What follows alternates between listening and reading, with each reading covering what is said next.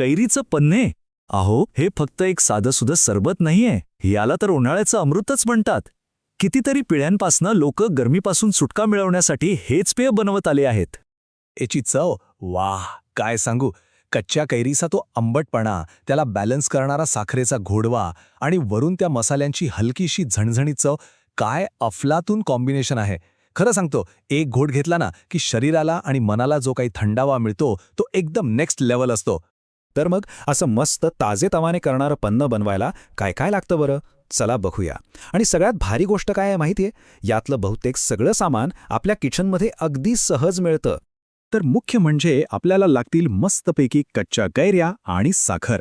चवीसाठी आपण वापरणार आहोत साधं मीठ, थोडंसं काळं मीठ आणि भाजलेल्या जिऱ्याची पूड.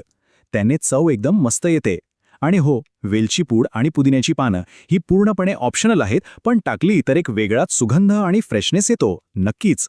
ओके, तर पन्ह बनवण्याची सगळ्यात पहिली आणि महत्त्वाची स्टेप म्हणजे कैरीचा गर काढून त्याची एक स्मूथ पेस्ट तयार करणं. हाच आपल्या पन्ह्याचा आत्मा आहे असं समजा. चला तर मग बघूया हे नक्की कसं करायचं. पहिली पायरी आहे कैरा शिजवणं. कैरा स्वच्छ धुवून घ्यायच्या, त्या शिजून थंड झाल्या की सालं काढून त्याचा गर वेगळा करायचा. आणि मग सगळ्यात सोपं काम, हा गर आणि साखर मिक्सरमध्ये घालून त्याची एकदम गुळगुळीत पेस्ट तयार करायची. हाच आपल्या पन्ह्याचा मूळ आधार आहे.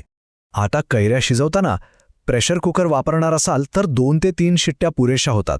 त्यात त्या अगदी मस्त मऊ शिजतात. आणि समजा कुकर नसेल तरी काही काळजी करू नका, पातेल्यात पाणी घालूनही ते छान उकळता येतात. चला, आपला बेस तर तयार झालाय. आता वेळ आलीये त्यात चवीची खरी जादू भरण्याची. हे मसालेच आहेत जे पन्ह्याला ती खास, चटपटीत आणि तोंडाला पाणी आणणारी चव देतात.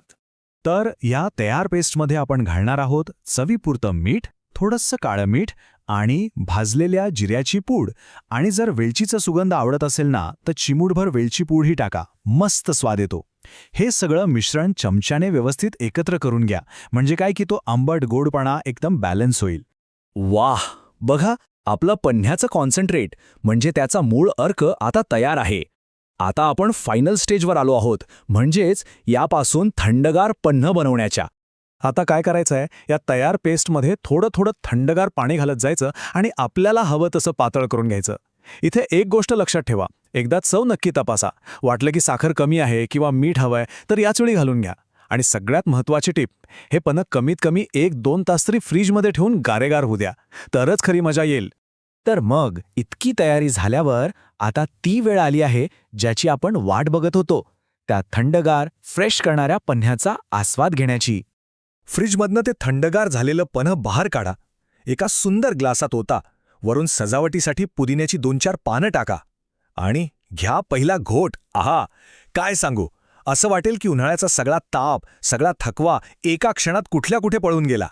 तर हे आहे आपलं कैरीचं पन्हे. बनवायला एकदम सोपं, चवीला तर अप्रतिमच